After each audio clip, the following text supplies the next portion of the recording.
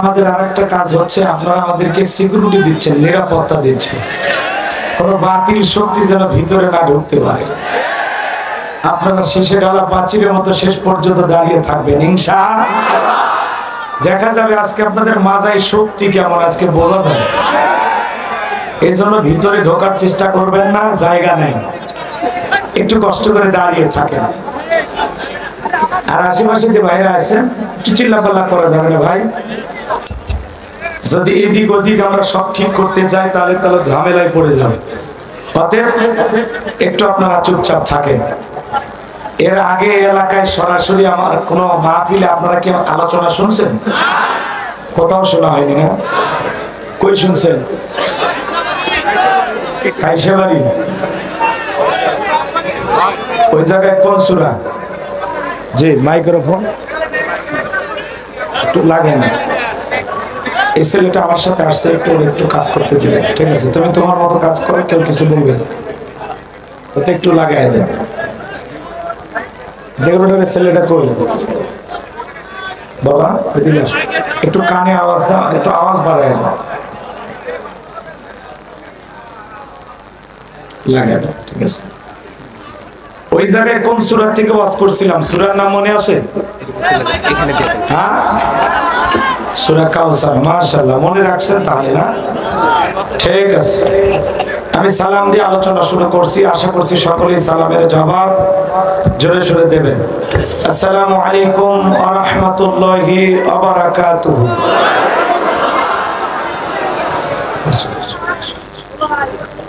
ইন্নাল হামদালিল্লাহি লাকুমিল্লাযী খালাকাল ইনসানা ওয়া কাররামাহু ওয়া 'আল্লামাহু মিনাল বায়ানি মা লাম ইয়া'লাম। ফাসুবহানাল্লাযী লা ইহসা ইমতিনানুহু বিল লিসানি ওয়ালা বিল কলাম।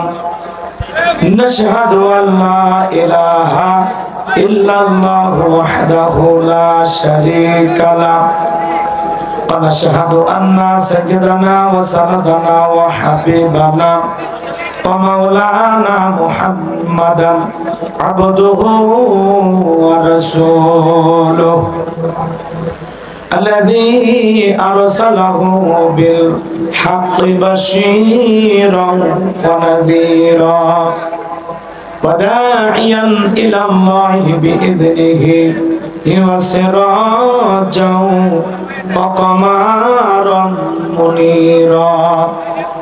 فقد قال الله تعالى في كلامه المجيد وفي فرقانه الحميد. সকলে জবান ছেড়ে মোহাব্বতে আওয়াজ দিয়ে পড়ুন, আউযু বিল্লাহি মিনাশ শাইতানির রাজীম। বিসমিল্লাহির রাহমানির রাহিম। قد فلح المؤمنون الذين هم في صلاتهم خاشعون. صدقت يا رب العالمين.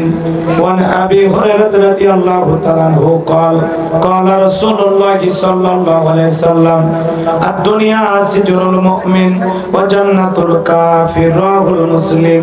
وقال تعالى في شان حبيبي إن الله وملائكته يصلون على النبي يا أيها الذين آمنوا صلوا عليه وسلموا تسليما.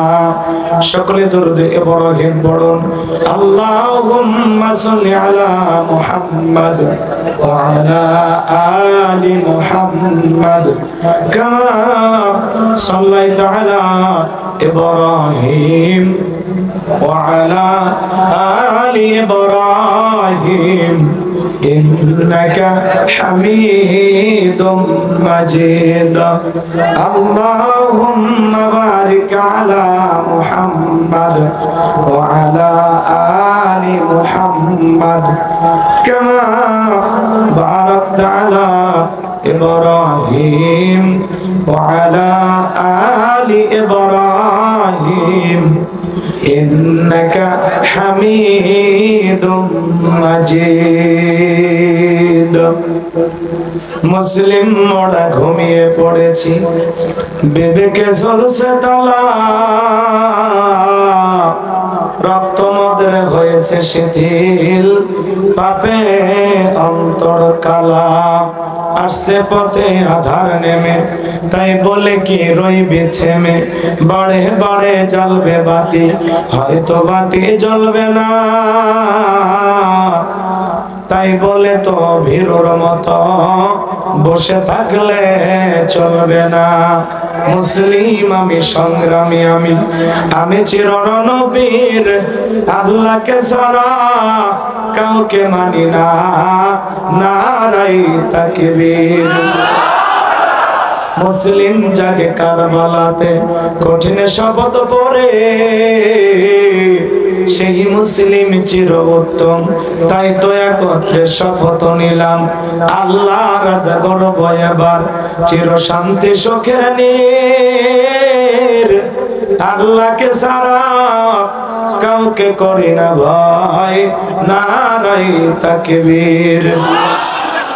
কইরে খালেদ কইরে ওমর এসেছে নতুন বদর, কইরে খালেদ কইরে ওমর এসেছে নতুন বদর, কোথারে দেখবি জয়ী তরুণ মুজাহিদ, আবারও কি গাইতে হবে ঘুম ভাঙানো গীত, আবারও কি গাইতে হবে ঘুম ভাঙানো গীত। লা ইলাহা ইল্লাল্লাহ, জোরে লা জোরে লা ইলাহা ইল্লাল্লাহ, জোরে লা ফুলের বুকে থাকলে মধু ভ্রমর যেমন আসে, কোরআনের জ্ঞান থাকলে বুকে সবাই ভালোবাসে। লা ইলাহা ইল্লাল্লাহ, জোরে লা সাইদ ভাইয়ের মা, মুগ্ধ ভাইয়ের মা, ইয়ামিন ভাইয়ের মা, নাহিদ ভাইয়ের মা, তোমরা বড় ভাগ্যবতী, আল্লে ধরায় আলোর জ্যোতি, সালাম তোমায় জানায় ফেরেশতা, সালাম তোমায় জানায় ফেরেশতা। লা ইলাহা ইল্লাল্লাহ, জোরে লা ইলাহা ইল্লাল্লাহু মুহাম্মাদুর রাসূলুল্লাহ। জবান से এক বাক্যে পড়ছি সাল্লাল্লাহু আলাইহি ওয়াসাল্লাম। আজকের এই দিবস মালিক কর্মচারী তাদের পক্ষ থেকে নবমতম বার্ষিক পাঁচদোয়ার মাহফিলের শ্রদ্ধাভাজন সভাপতি ব্রিগেডিয়ার জেনারেল এম এ সালিহিন, আল্লাহ পাক তার গোলামকে হায়াতে তৈয়বা সেহত কুল্লি দান করুন, সকলে বলুন আমিন। প্রধান অতিথি বিশিষ্ট রাজনীতিবিদ ডাক্তার দেওয়ান মোহাম্মদ সালাউদ্দিন বাবু, আল্লাহ পাক তার গোলামকে হায়াতে তৈয়বা সেহত কুল্লি দান করুন, সকলে বলুন আমিন। আজকের প্রোগ্রামের বিশেষ অতিথিবৃন্দ, অনেকেরই নাম রয়েছে, সকলের নাম বলা সম্ভব নয়, সকলের জন্য দিল থেকে দোয়া করে পড়ছি। ওয়া রাফা'না লাকা যিকরাক, আল্লাহ পাক সকলের সম্মানকে বৃদ্ধি করুন, চিল্লা বলুন আমিন। আলোচনা করেছেন মাওলানা মুফতি আনিসুর রহমান হামিদি, কথা বলেছেন যার মাধ্যমে আমি দাওয়াত রেখেছি আমাদের নীলফামারী জেলার কৃতি সন্তান হযরত মাওলানা মুফতি মিজানুর রহমান সালিহি সাহেব।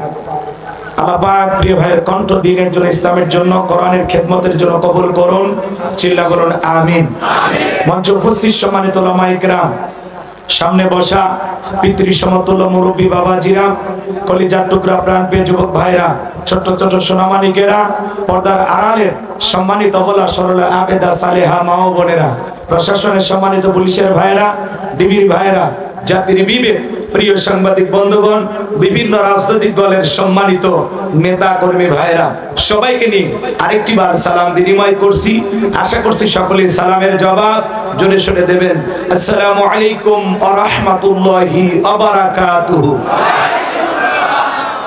আমরা শুকরিয়া আদায় করতেছি সেই মহান রবের দরবারে, জেলা পাক সুবহানাহু ওয়া তাআলা অত্যন্ত দয়া করে, করুণা করে, মায়া করে, মহব্বত করে, ভালোবেসে পছন্দ করে, অত্র এলাকা থেকে গনে গনে গুণান্বিত করে, যাচাই বাছাই করে, শুধুমাত্র কেবলমাত্র কোরআনুল কারীমের মহব্বতে আজকের মাহফিলে আসার বসার সুযোগ দান করেছেন। সে মহান রবের দরবারে সিজদাবনত চিত্তে কালিমাতে শুকর আদায় করে পড়ছি আলহামদুলিল্লাহ।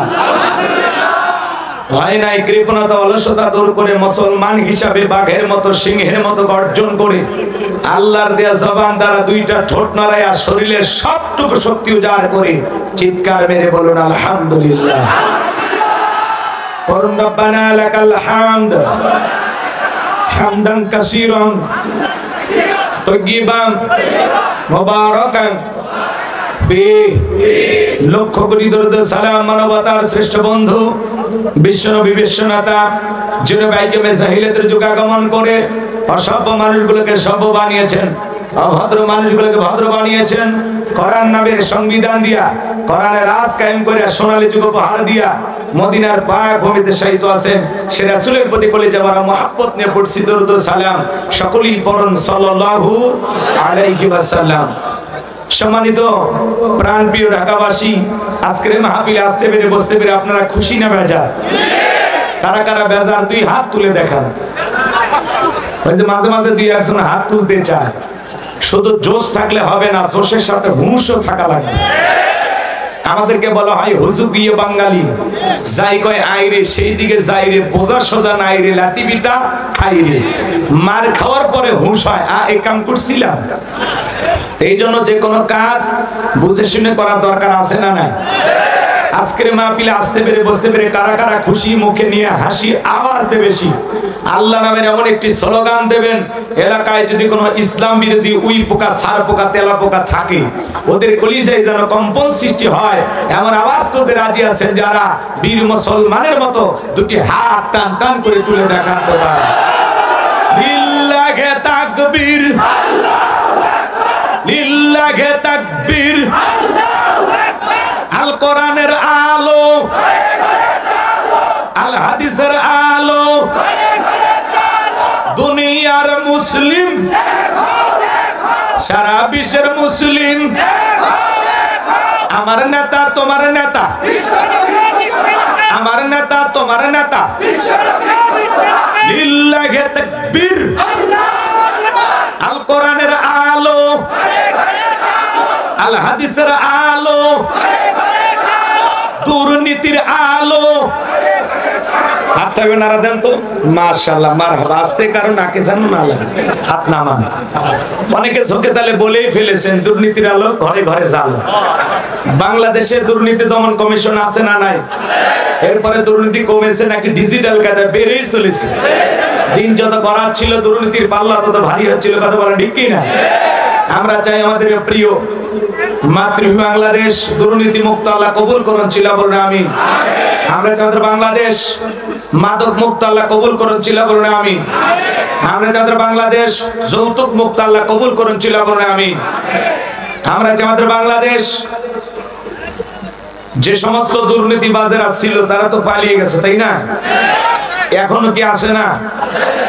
আপনাদের এই মাহফিলে আসার সময় আমি একটা বিশাল নদী পার হইলাম। আপনারা নাকি 12 মাসই নদীর উপর দিয়ে যান। এইটা যদি সিঙ্গাপুর হয় তাহলে মদনপুর কোনটা বলেন? চাপাবাজির খেলায় বাংলাদেশে থাকা যায় না। উন্নয়নের জোয়ারে ভাসতেছে, কথা সত্য। প্রতিদিন আপনারা ভাসতেছেন, তাই না? একটা রাস্তা ঠিক করতে পারে না, এরা যদি নেতা হয় তো সমাজ চলবে কিভাবে? রাগ করবেন না, মন খারাপ করবেন না। আমি মনে করেছিলাম যে আমি মনে হয় শ্রাবণ মাসে মাহফিল আসছে, মানে এটা যে মাঘ মাস এটা তো বোঝা যাচ্ছে না। ড্রাইভার বলতেছে ভাই কোন দেশে আসলাম? আমি বললাম ভাই এরকম আসলে পানির ভিতর দিয়ে এই কমিটির ভাইরাও সামনে যেতে পারতেছে না, কয় হুজুর আসি সামনে আসি। সামনে কই? সামনে কইতে কইতে যে জায়গায় নিয়ে আসছে ভাই রাস্তা তো না মনে হয় ডেলিভারি রোড।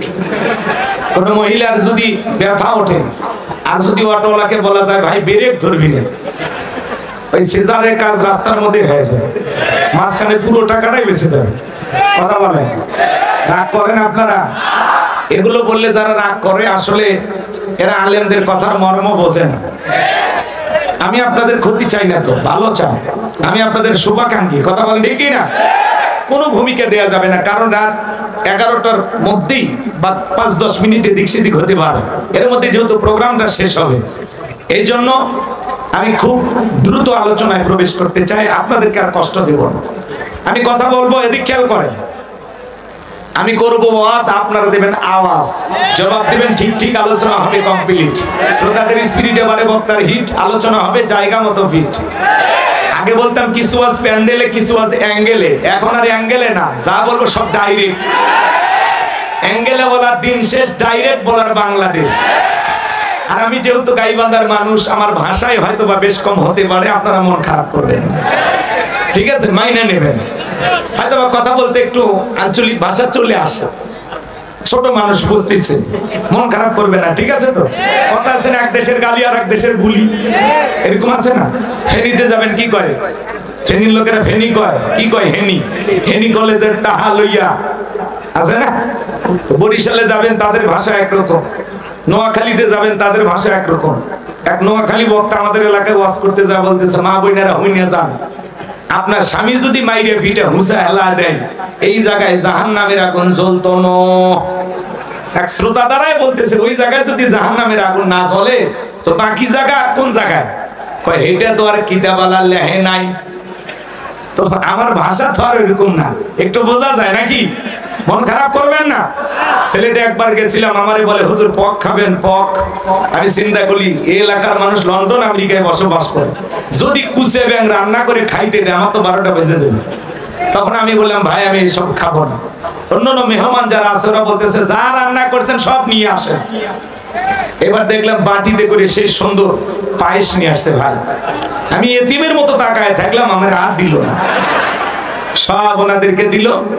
পরে খাওয়ার শেষে লোকজন চলে গেছে, একটু পাতলা জিনিস তো পড়ে গেছে, ওখান থেকে একটু জিব্বাই দিয়ে দেখলাম কি যে মজা হয়েছে। এরপরে চিন্তা করি এলাকায় যদি ওয়াজ করতে আসি আর আমাদের যদি বলে হুজুর বিষ খাবেন, বিষ, আমি বলবো তাই আইনে দিই, না জানি বিষ কয় কোন মজার জিনিস খাওয়ায় দেয়। কথা বলে ঠিক না? ভাষার মধ্যে একটু আঞ্চলিক মানে একটু কম বেশি হতে পারে, আঞ্চলিকতা আসতে পারে, এই জন্য মন খারাপ করা যাবে। ছোট ভাই মনে করে ক্ষমা সুন্দর দৃষ্টিতে দেখবেন। চলুন আমরা আলোচনা শুরু করি। কথা বলবো পবিত্র কোরআনুল কারীমের 23 নাম্বার সূরা, সূরার নাম সূরাল মুমিনুন, সূরা নাম্বার 23। বাতিলের হবে 26 ইনশাআল্লাহ। বলেন মোট আয়াত আছে 118, রুকু আছে 6টি। বিশ্বনবীর মক্কার জিন্দেগিতে আল্লাহ তাআলা এই সূরাটি নাজিল করেছেন। চিৎকার মেরে বলুন আল্লাহু আকবার। কোরআন থেকে যদি কথা বলি আপনাদের কারো কোনো সমস্যা আছে? বলেন তো বাজান, এই কোরআনের মধ্যে কোনো ভেজাল আছে? কোনো মিথ্যা আছে? কোনো ধোঁকা আছে? থাকবে কি করে? কিতাবটি নাজিল করেছেন কে? সে আল্লাহ রাব্বুল আলামিন বলেন যালিকাল কিতাবু লা রাইবা ফি। আমার আল্লাহ রাব্বুল আলামিন জানিয়ে দিলেন এমন একটি কিতাব আল্লাহ তাআলা নাজিল করেছেন। আমার আল্লাহ বলেন এই কিতাবের মধ্যে কোনো সন্দেহ নাই, কোনো সংশয় নাই, কোনো মিথ্যা নাই, কোনো ধোঁকা নাই। there is no doubt। বলুন আল্লাহু আকবার। হুদাল লিল মুত্তাকিন, মুত্তাকি বান্দাদের জন্য গাইডলাইন হিসাবে, পথ প্রদর্শক হিসাবে আসমান থেকে কিতাবটি নাজিল করেছেন কে? সেই কিতাবের আলোচনা শুনলে লাভ না লস? লাভটা কি আমার আল্লাহ জানায় দিলেন, ওয়া ইযা কুরিয়াল কুরআনু ফাসতামিউ লাহু ওয়া আনসিতু লাআল্লাকুম তুরহামুন। সূরা আরাফ আয়াত নাম্বার 204 আমার আল্লাহ রাব্বুল আলামিন জানিয়ে দিলেন তোমাদের সামনে যখন কোরআন পাঠ করা হয়, কোরআনের আলোচনা করা হয়, চুপ করে কান লাগিয়ে মনোযোগ সহকারে কোরআনের কথাগুলো শ্রবণ করো। যারা চুপচাপ কোরআনুল কারীমের কথাগুলো শ্রবণ করবে, আমার আল্লাহ রাব্বুল আলামিন আসমান থেকে তাদের উপরে আল্লাহর রহমত বৃষ্টির মতো নাজিল করবেন। বলুন সুবহানাল্লাহ। তাহলে বলেন তো বাজান, কোরআনের কথাগুলো শুনলে লাভ না ক্ষতি? ওয়াযাক্কিরি ফাইন্না যিকরা তানফাউল মুমিনিন, সূরা জারিয়াত 55 নম্বর আয়াত। আল্লাহ ডেকে বলেন, যারা আমার মুমিন বান্দা তাদের সামনে যখন কোরআন দিয়ে ওয়াজ করা হয়, কোরআন থেকে উপদেশ দেওয়া হয়, এই কথাগুলো শোনার পরে আমার মুমিন বান্দাদের উপকারে আসবে। বলুন সুবহানাল্লাহ। তাহলে সূরার নাম সূরাল মুমিনুন। বলেন কি নাম? আল্লাহ পাক তার বিশ্বাসী বান্দাদের জন্য সূরাল মুমিনুন নাজিল করেছেন। যারা হলো দুদুল্যমান, এদিকে খেয়াল করেন, দুই নৌকে পা দিয়ে চলে, মুখে বলে একটা, অন্তরে আরেকটা। বৃষ্টি যেদিকে ছাতা ধরে সেদিকে গুলালু মার্কা সব তরকারিতে চলে, ওদের নাম কি? মুনাফিক। এই মুনাফিকদের জন্য আল্লাহ পাক একটি সূরা নাজিল করেছেন, সূরার নাম হলো মুনাফিকুন। কি নাম বলেন তো? মুনাফিকুন। এদিকে খেয়াল করেন, কথা বলা যাবে না, আশেপাশে কেউ কথা বলবে, একটু দয়া করে চুপ থাকবেন। সম্মানিত ভাইরা আমার, মুনাফিকদের চেনা বড় কঠিন। মুনাফিকদের স্বভাব হলো ইসলাম নামের গাছের গোড়া কেটে মাথায় পানি ঢাল। কথা বলে না কেন? চুপ করে থাকে ধোকাবাজ, চোখে তোদের না হেলাস, গোড়া কেটে মাথায় ঢালো পানি, তোদের চিনি আর কতকাল করবি রে শয়তানি। মুনাফিকদের স্বভাব হলো ইসলাম নামের গাছের গোড়া কেটে মাথায় পানি ঢালে। কথা বলে ঠিক কিনা? ওদের স্বভাব কেমন ছিল জানেন না? সকালবেলা কোরআনের মাহফিলের অনুমতি দিয়ে সন্ধ্যেবেলায় পুলিশ পাঠায় বন্ধ করতো। মনে রাখবেন, বিশ্বনবীর পিছনে নামাজ পড়ে লোকটা যদি মুনাফিক হয়, আপনার আমার পিছনে নামাজ পড়ে তার সাথে বড়টা হবে। কথা বলে ঠিক কিনা? মনে রাখবেন, দাড়ি টুপি থাকার পরেও মুনাফিক হতে পারে, হজ করার পরে আলহাজ মুনাফিক হতে পারে। এই জন্য মুনাফিক আপনার আমার আশেপাশে ঘাপটি মেরে থাকে, চেনা যায় না। কথা বলেন, অমুসলিমের ভিতর থেকে মুনাফিকের জন্ম হয় না, মুনাফিকের জন্ম হয় মুসলমানের ভিতর থেকে। এই জন্য আল্লাহ পাক তার বিশ্বাসী বান্দাদের জন্য সূরাল মুমিনুন নাজিল করেছেন। যারা অবিশ্বাসী কাফের, এদের জন্য আল্লাহ পাক একটি সূরা নাজিল করেছেন, সূরার নাম হলো কাফিরুন। আর মুনাফিকদের জন্য একটি সূরা নাজিল করেছেন, সূরার নাম হলো মুনাফিকুন। এই মুনাফিক চেনা বড় কঠিন। কথা বলে না? দেখতে মুসলমানের মতো কিন্তু ভিতরে কি মুনাফিক। রাগ করতেছেন আমার কথা? আজকে আমি মুনাফিকদের মুখোশ উন্মোচন করব না। চলুন আমি আজকে আল্লাহর ভিআইপি মুমিন বান্দাদেরকে নিয়ে আলোচনা করব। আল্লাহ কবুল করুন, চিল্লা বলুন আমিন। একটা জোরে সোরে তাকবীর দেন, লিল্লাহি তাকবীর। এবার জবান ছেড়ে সবাই মহব্বতে আমার সঙ্গে তেলাওয়াত করুন। আউযু বিল্লাহি মিনাশ শাইতানির রাজীম, বিসমিল্লাহির রাহমানির রহিম। বিতাড়িত মুর্দার শয়তানের কাছ থেকে, অভিশপ্ত ইবলিসের কাছ থেকে আল্লাহ পাকের কাছে আশ্রয় প্রার্থনা চাচ্ছি। পরম করুণাময় দয়ালু আল্লাহ তাআলা নামে শুরু করছি। সূরার নাম সূরাল মুমিনুন। যে কোনো সূরা বা আয়াতের তাফসীর করতে হলে কোন প্রেক্ষাপটে কোন সময় আল্লাহ তাআলা সেই সূরাটি বা আয়াতটি নাজিল করেছেন, সেই নাজিলের প্রেক্ষাপট জানার দরকার আছে না নাই? আরবিতে বলা হয় শানে নজুল। যদি শানে নজুল আলোচনা করা হয় তাহলে তাফসীর বুঝতে সহজ হয়। চিৎকার মেরে বলুন আল্লাহু আকবার। তাহলে সূরা আল মুমিনুন আল্লাহ তাআলা তার হাবিবের উপরে কোন প্রেক্ষাপটে কোন সময় নাজিল করেছেন, আমি একটু নাজিলের সময়কালটা তুলে ধরবো? কষ্ট হবে না?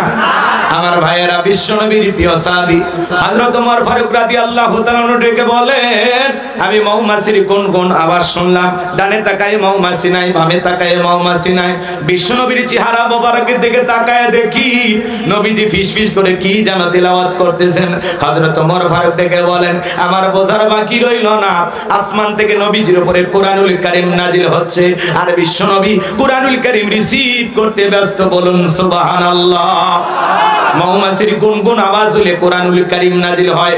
দপ্তরি ছুটির ঘন্টায় বাড়ি মারে টনটন আওয়াজ হলে কোরআনুল কারীম নাজিল হয়। নবীজি যখন ঘোড়ার উপরে থাকতেন, ওই সময় যদি কোরআনুল কারীম নাজিল হইতো, ওহির ভারে ঘোড়ার পা গুলো বালুর ভিতরে ডুবে যেত। বলেন আল্লাহু আকবার। তাহলে কোরআনুল কারীমের একটা আলাদা ওয়েট, আলাদা একটা ওজন আছে না নাই? আমার ভাইরা 8টি পদ্ধতিতে নবীজির উপরে কোরআনুল কারীম নাজিল হইতো। ওগুলো বলতে গেলে লম্বা সময় লাগবে, এত সময় আমার হাতে নাই, সংক্ষিপ্ত কথা বলে দিয়ে যায়। হযরত ওমর ফারুক ডেকে বলেন, নবীজির কোরআনুল কারীম রিসিভ করা শেষ হয়ে গেল। বিশ্ব নবী সাহাবায়ে کرامদের দিকে মুখ ঘুরায় ডেকে বলেন, আমার সাহাবীরা, এই মাত্র আসমান থেকে জিবরাইল এসে আমার উপরে সূরা আল মুমিনুনের 10টি আয়াতে কারিমা নাজিল করে জানায় দিয়ে গেলেন, নবী গো, এই 10টি আয়াতের ভিতরে আল্লাহ রাব্বুল আলামিন তার আদরের মুমিন বান্দাদের জন্য 7টি কোয়ালিটি নিয়ে আলোচনা করেছেন, 7টি গুণাবলী নিয়ে আলোচনা করেছেন। কোন মুমিন যদি এই 7টি গুণে গুণান্বিত হতে পারে, 7টি গুণ দিয়ে তার জীবনটাকে সাজাইতে পারেন, আমার আল্লাহ ডেকে বলেন, উলাইকা হুমুল ওয়ারিসুন আল্লাযীনা ইয়ারিসুনাল ফিরদাউস হুম ফিহা খালিদুন। আমার আল্লাহ রাব্বুল আলামিন বলেন, তারাই উত্তরাধিকারী হবেন জান্নাতুল ফিরদাউসের, সেখানে তারা চিরকাল বসবাস করবেন। আমার আল্লাহ কোনোদিন তাদেরকে জান্নাত থেকে বের করে দেবেন না। চিৎকার মেরে বলুন সুবহানাল্লাহ। বাবা মারা গেলে ওয়ারিশ সূত্রে সন্তান যেরকম বাবার সম্পত্তির ভাগ পায়, কোন মুমিন যদি এই 7টি কোয়ালিটি দিয়ে 7টি গুণ দিয়ে তার জীবনটাকে সাজাইতে পারেন, তার নামে জান্নাতুল ফিরদাউসের ভিতরে জায়গা বরাদ্দ থাকবে। সুবহানাল্লাহ বলেন। গুলশানে উত্তরায় জায়গা বরাদ্দ থাকলে খুশি হন না?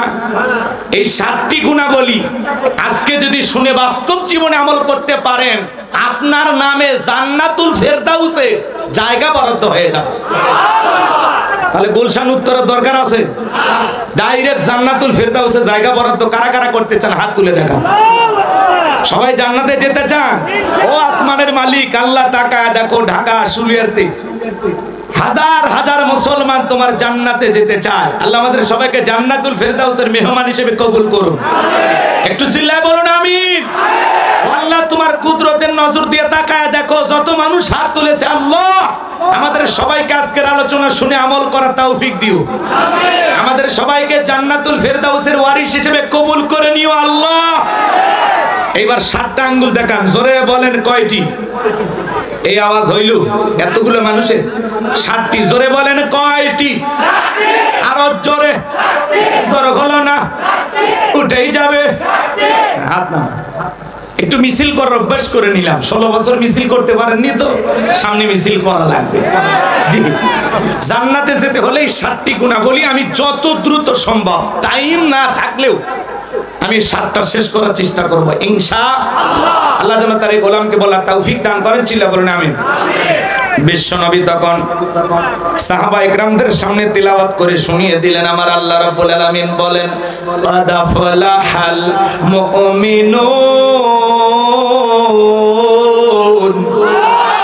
আমার আল্লাহ রাব্বুল আলামিন বলেন, অবশ্যই মুমিনেরা সফল, অলরেডি মুমিনেরা সফল হয়েছে তারা, ঈমান এনেছে যারা। সুবহানাল্লাহ বলেন।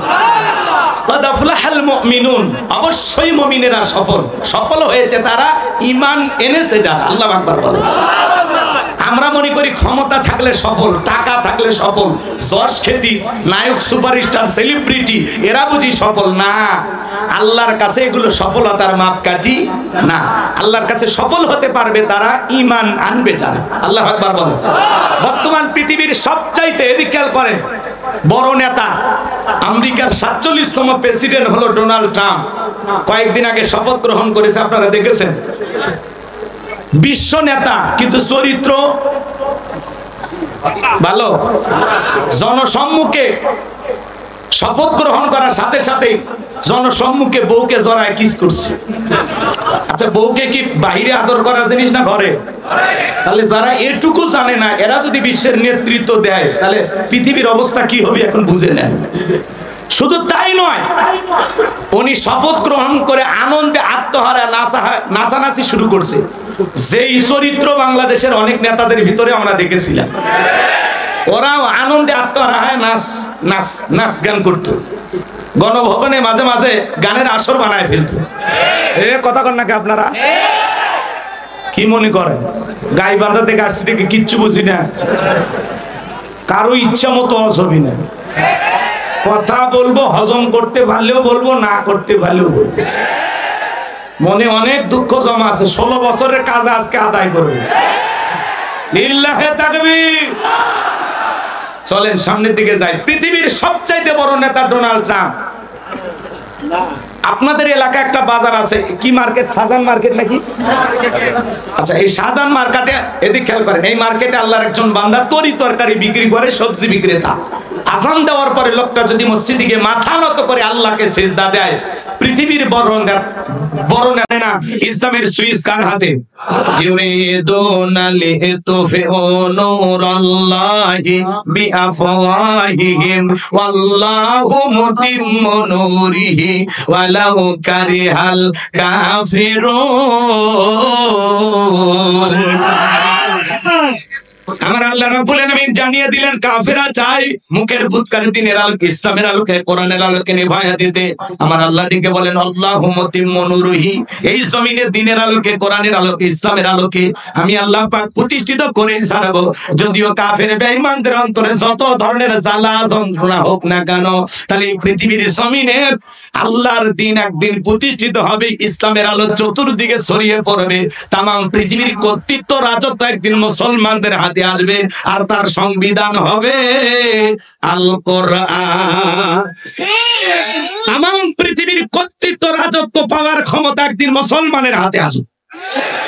তাম পৃথিবীর নেতৃত্ব দেবে মুসলমানেরা। আল্লাহু আকবার বলেন। সেই দিন আমরা দেখতে না পারলে আমাদের সন্তানেরা দেখবে, তারা না পারলেও নাতিপুতি দেখবে। কথা বলে না কেন? কিন্তু মনে রাখবেন, ক্ষমতা পাইলে লাফালাফি করার কোন সুযোগ নাই। অনেক ক্ষমতাধরকে আল্লাহ পাক দুনিয়ার জমিনে লাঞ্ছিত করেছেন। কথা বলে ঠিক না? এমনও ক্ষমতাধর আছে, ক্ষমতা থুয়ে পালিয়ে যায়। কি ভাই, পালায় না? ভালো মানুষ পালায়। পালায় কারা? উনি যারা, চোর যারা, ডাকাত যারা, দুর্নীতিবাজ যারা। কথা বলে ঠিক না? বড় বড় কথা বলতে পালাবো না, হারাবো না। আমরা বারবার বললাম, ম্যাডাম পদত্যাগ করেন। পদত্যাগ করে যদি জেলেও যাইতেন, কয়েক বছর জেল খেটে তাও নেতা কর্মী ভালো থাকতো, ফুলের মালা দিয়ে আপনারা বের করে আনতো। আর আপনি ভাবে ফাঁকি দিয়ে চলে যাবেন, মমতাময়ী প্রধানমন্ত্রী বলা হতো। সন্তানদের কথা একবারও ভাবলেন না। আপনি কেমন মা? কথা বলেন না কেন? বারবার বললাম পদত্যাগ করেন, পদত্যাগ করেন, শুনলই না। আল্লাহ বলে, কিসের পদত্যাগ? এরা যে অন্যায় অপরাধ করেছে, শুধু পদত্যাগ না, আমি আল্লাহ এদেরকে দেশ ত্যাগ করতে বাধ্য করবো। আল্লাহর পাকড়াও বড় কঠিন, আল্লাহ ধরে না। যেদিন ধরবে মামুবাড়ি দিল্লি গিয়ে পড়বে। কথা বলে ঠিক না? আজকে মিলে গেছে না? কি হইল? 16 বছরে কি উন্নয়ন করলেন? যেভাবে পালিয়ে যাওয়া লাগে, রান্না করা ভাতটাও ভাগ্যে খাওয়া জুটলো না। এভাবে চলে যাবেন, কথা ছিল না। কথা বলেন। আমার ইচ্ছা চাচাকে বলা হয় স্বৈরাচার শাসক। ইচ্ছা চাচা ক্ষমতা থেকে পদত্যাগ করে জেলে গেছে, দেশ ছাড়েনি বাপের বেটা। দেশ নেত্রী বেগম খালেদা জিয়া জেল খেটেছেন, অসুস্থ হয়ে দেশে পড়েছিলেন, দেশ ছাড়েনি বাপের বেটি।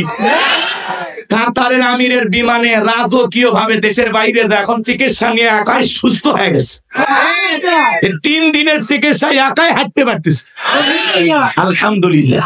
উনি কখনো এই দেশের মানুষকে বিপদে ফেলে পালিয়ে যায়নি, বেগম খালেদা জিয়া। কথা বলেন কি না? আপনি কেন গেলেন? কেন গেলেন বলেন? এভাবে যাওয়ার তো কথা ছিল না। মাঝে মাঝে কল রেকর্ড ফাঁস হয়, বলে আমি দেশের কাছে আছি, চট করে ঢুকবো। আমরা বলি আপনি আসেন, মেয়ে মানুষ দেশের বাইরে আর কত থাকবেন, একটু আসেন। কথা কয় না কে? বুবু আইবা, তুমি আইবা গো, সেই দিন আইসা বুবু ক্ষমতা পাইবা না। ঢাকা এটা না বলাই বলবো, চলবে।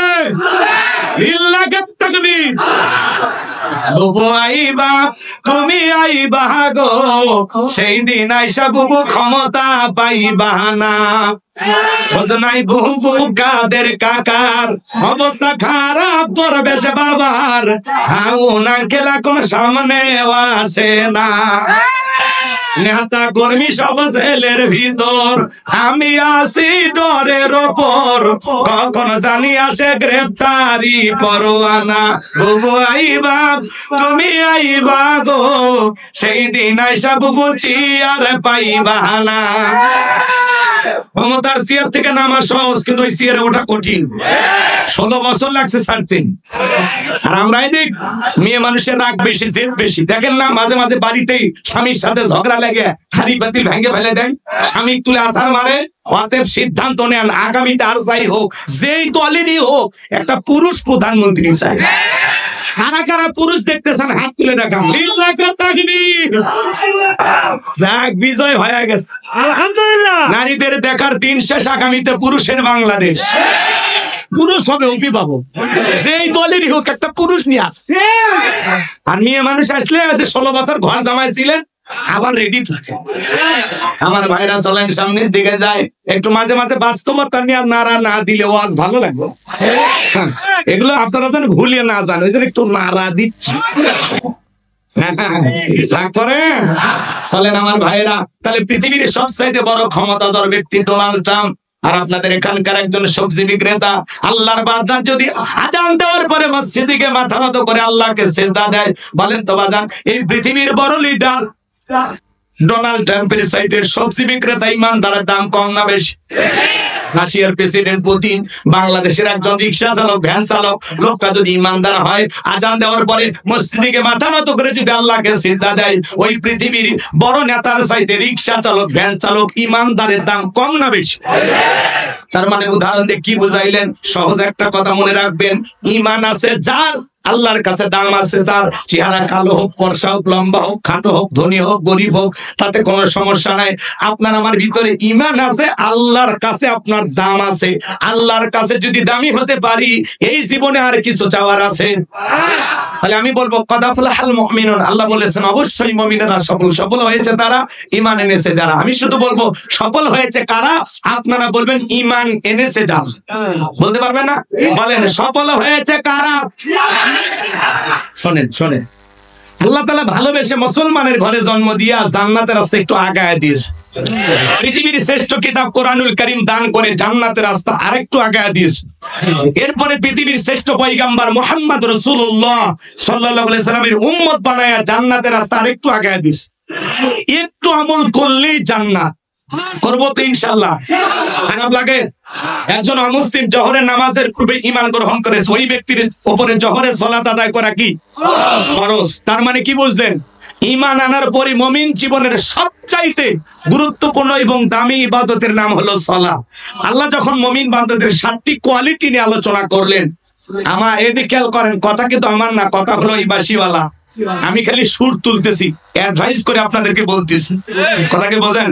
1 নাম্বার আল্লাহ তাআলা সালাত দিয়ে শুরু করলেন। কিয়ামতের ময়দানে সর্বপ্রথম সালাতের হিসাব হবে। কথা ভেজাল আছে? রাগ করেন আমার কথা? তাহলে এইবার শুরু হয়ে গেল মুমিন বান্দার 1 নাম্বার গুণাবলী। যুবক যারা আসছো বাবা, নিরাশ হয় না। 4 নাম্বার গুণাবলীতে যুবকদের স্পেশাল আলোচনা আছে। লিল্লাহি তাকবীর। এদিকে খেয়াল করেন বাজান, ঈমান ছাড়া জান্নাতে যাওয়া যাবে? ঈমান নামের পাসপোর্ট আছে যার, জান্নাতের ভিসা লাগবে ইনশাআল্লাহ। এবার চলেন 7টি গুণাবলী। 1 নাম্বার শুরু হয়ে গেল। আমার আল্লাহ রাব্বুল আলামিন বলেন, আল্লাযীনা হুম ফি সালাতিহিম খাশিউন। মুমিন বান্দার 1 নাম্বার গুণাবলী, যারা নিজেদের সালাত বিনয়ের সহিত, নম্রতার সহিত, আল্লাহর ভয় নিয়ে আদায় করে। আপনি আমি যখন সালাত আদায় করব, অন্তরে ভয় থাকতে হবে কার? এই আয়াতের ব্যাখ্যায় তাফসীরি কারো লিখেছেন, তাফসীর ইবনে কাসির থেকে বলছি, অন্তরের ভিতরে সুচিন্তা, দুশ্চিন্তা, কুচিন্তা, বিবির কথা, সংসারের কথা, ব্যবসা বাণিজ্যের কথা, দুনিয়াবি কোনো চিন্তা ভাবনা মনের মধ্যে রাখা যাবে না। টেনশন মুক্ত হৃদয় নিয়ে, আল্লাহর ভয় নিয়ে নামাজে দাঁড়াইতে হবে। তাহলে আপনি আমি যখন সালাত আদায় করার জন্য মসজিদে দাঁড়িয়ে যাব, অন্তরে ভয় থাকতে হবে কার? ইয়া আইয়ুহাল্লাযীনা আমানুত্তাকুল্লাহ, হে ঈমানদারগণ আমি আল্লাহকে ভয় করো। হাক্কা তুকাতিহি, ভয় করার মতো ভয় করো। কিভাবে সালাত আদায় করবেন? বিশ্বনবী কিভাবে সালাত আদায় করতেন? আম্মা জান আয়েশা ডেকে বলেন, নবীজি নামাজের ভিতরে এত লম্বা সময় ধরে দাঁড়িয়ে থাকতেন, মাঝে মাঝে তাকায় দেখতাম নবীজির পা মোবারক ফুলে উঠেছে। আম্মা জান আয়েশা ডেকে বলেন, নবীজি নামাজের ভিতরে এত লম্বা সময় রুকু করতেন, সিজদা করতেন, মাঝে মাঝে মনে হয় নবীজি আর কোনোদিন সিজদা থেকে মাথা উঠাবেন না। আম্মা জান আয়েশা ডেকে বলেন, একদিন রাতের বেলায় দেখি নবীজি সিজদা দিয়ে এত কান্না করেছেন, কাঁদতে কাঁদতে সিজদার জায়গাটা পর্যন্ত ভিজে গেছে। আম্মা জান আয়েশা নবীজি যখন সিজদা থেকে মাথা উঠালেন, জিজ্ঞাসা করলেন, নবী গো এত কান্না কেন করেছেন, কি হয়েছে আপনার? নবী আমার ডেকে বলে, আয়েশা আমি তো আমার জন্য কাঁদি না, আমি কাঁদি আমার গুনাহগার উম্মতের জন্য। আমি আল্লাহর কাছে কেঁদে কেঁদে বলি, আল্লাহ আমার গুনাহগার উম্মতের গুনাহগুলো মাফ করিয়া দাও। জোরে বলেন আমিন। আমি আল্লাহর কাছে বলি, আল্লাহ আমার উম্মতকে ওই জাহান্নামের আগুন থেকে মুক্তি দাও। চিন্তা করেন বাজান, আপনার আমার গুনাহ মাফের আশায় বিশ্ব নবী যদি সিজদা দিয়ে কান্না করে দোয়া করেন, আপনি আমি হলাম মূল ভিকটিম, মূল আসামি, মূল অপরাধী। তাহলে নিজেদের গুনাহ মাফের জন্য আল্লাহর কাছে দোয়া করা দরকার আছে না নাই? 5 ওয়াক্ত সালাত এটা তো রবের বাধ্যতামূলক ওয়াদা।